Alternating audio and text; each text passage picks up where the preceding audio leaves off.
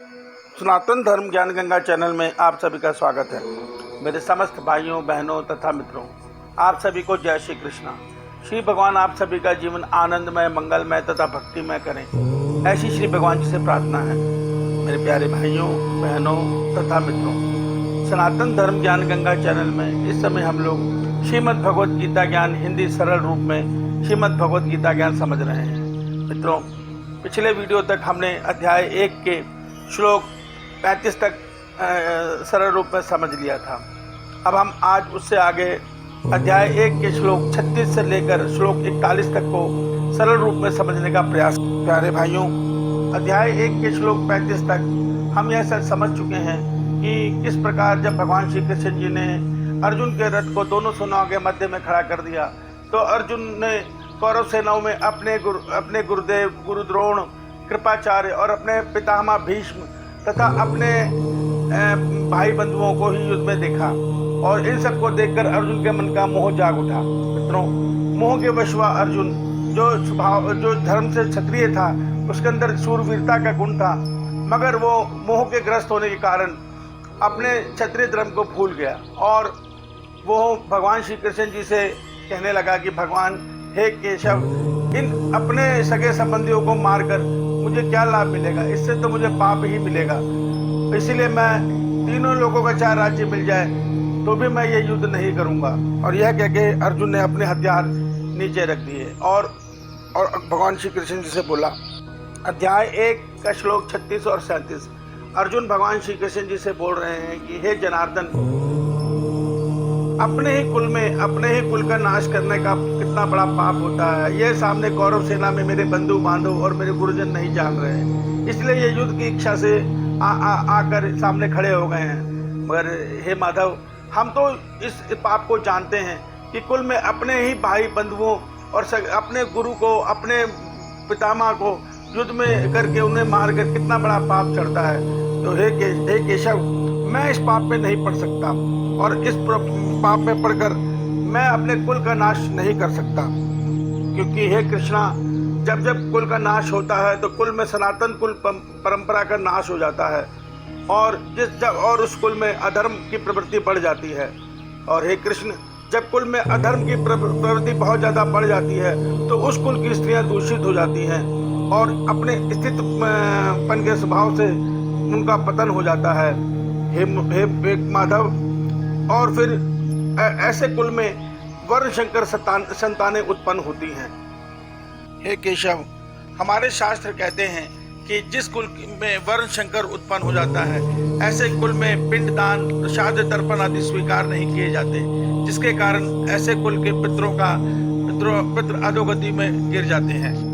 मित्रों, इस विषय में हमारे सनातन धर्म के शास्त्र हमें यह समझाते हैं कि सनातन धर्म में पैदा हुए मनुष्य को सनातन धर्म के मूल सिद्धांतों पर चलना अति आवश्यक है।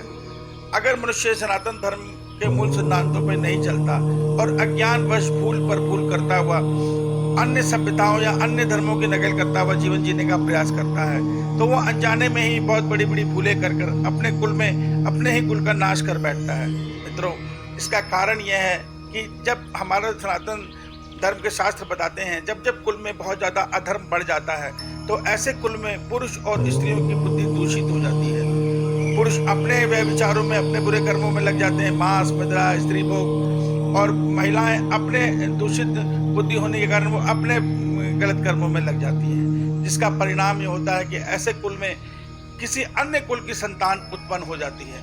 मित्रों, जिस कुल में ऐसी संतान आती है जो इस कुल की नहीं है, ऐसे कुल के संतान को वर्ण शंकर संतान बोला गया है। मित्रों, ऐसी संतान जब अपने पितरों को, अपने पूर्वजों को जब श्राद्ध, तर्पण आदि अर्पण करती है तो वह उस लोक में स्वीकार नहीं किया जाता। क्यों? क्योंकि वो इस कुल की है ही नहीं। इसीलिए तो उस कुल के पितरों अधोगति को प्राप्त होते हैं और गुस्से में आके वो पितर इस कुल को श्राप देते हैं, जिससे ऐसे कुल का नाश हो जाता है। मित्रों, आज इन रहस्यों को हम नहीं समझ सकते। आज के संत हमें गलत रास्ता दिखाते हैं। वो तो ये कहते हैं इसकी जरूरत ही नहीं है, क्या जरूरत है मृत्यु भोज की, क्या जरूरत है श्राद्ध तर्पण की, इनकी कोई जरूरत नहीं है। तुम यहाँ खाना खिला रहे हो, कैसे वो खाना स्वर्गलोक पहुँच रहा है? मित्रों, खाना स्वर्गलोक नहीं पहुँचता। मित्रों, जो हमने के नाम का, अपने पूर्वजों के नाम का श्राद्ध, तर्पण, दान पुण्य आदि किया है, उसका पुण्य फल वहां तक पहुंचता है। ये जो यज्ञ कर्म है, श्राद्ध कर्म का पितरों के प्रति, ये विष्णु जी के निमित्त किया जाता है। और जो हम इस यज्ञ कर्म को करते हैं, उसका फल हमारे पितरों को, हमारे पूर्वजों को प्राप्त होता है। मित्रों, ऐसा नहीं है कि सभी को अगला जन्म मिल जाता है। कुछ बुरे कर्मों के कारण किसी योनि में, किसी लोक में फंस जाते हैं। उस लोक में वो शरीरहीन होते हैं, सूक्ष्म शरीर रूप में होते हैं, वो नहीं कर्म कर सकते। उनके बदले अच्छे कर्म करके हमें उनके नाम से उनको अर्पण करने पड़ते हैं। ये सहायता होती है एक प्रकार की। इस सहायता से उनको उस योनि से मुक्ति मिलती है। वो भी संसार चक्र में दोबारा आ जाते हैं। जब उस योनि से वो मुक्ति पाते हैं तो वो हमें आशीर्वाद देते हैं, हमारा कुल आगे बढ़ता है। मित्रों, हमारा कुल हम तक नहीं है, हमारे पूर्वज थे, आज हम हैं, कल हमारे पुत्र पौत्र आदि भी होंगे। मित्रों, तो अपने कुल के लाभ के लिए, अपने कुल के नाम के लिए, अपने कुल के यश के लिए हमें ये सब कार्य करने हैं और धर्म के मार्ग पर चलना है। धर्म क्या है? मनुष्य भगवान ने, ईश्वर ने, धर्म क्या है ये हमारे शास्त्र हमें बताते हैं, ये श्रीमद् भगवद गीता हमें बताती है। मित्रों, धर्म हर मनुष्य के लिए अलग अलग है। वो किस प्रकार है वो हम आगे श्रीमद् भगवद गीता में ही समझेंगे। मगर जिस मनुष्य का जो धर्म है, उस पर सबसे धर्म का पहला उद्देश्य है निस्वार्थ भाव, अर्थात जो हमारे पास गुण है उस गुण से इस संसार की सेवा करो। भगवान ने हर मनुष्यों को 4 गुण में से एक गुण दिया है। वह गुण है ब्राह्मण, क्षत्रिय, वैश्य, शूद्र। अर्थात ज्ञान का गुण, शूरवीरता का गुण, खेती गोपालन व्यवसाय का गुण या सेवा भाव का गुण। जिस मनुष्य में जो गुण प्रबल है वो उसी गुण के अनुसार, उसी गुण से इस संसार की निस्वार्थ भाव में सेवा करे और मन से अपने ईश्वर की भक्ति करे। इससे आगे हम कल समझेंगे। जय श्री कृष्णा। श्री भगवान आप सबको मंगलमय जीवन प्रदान करें।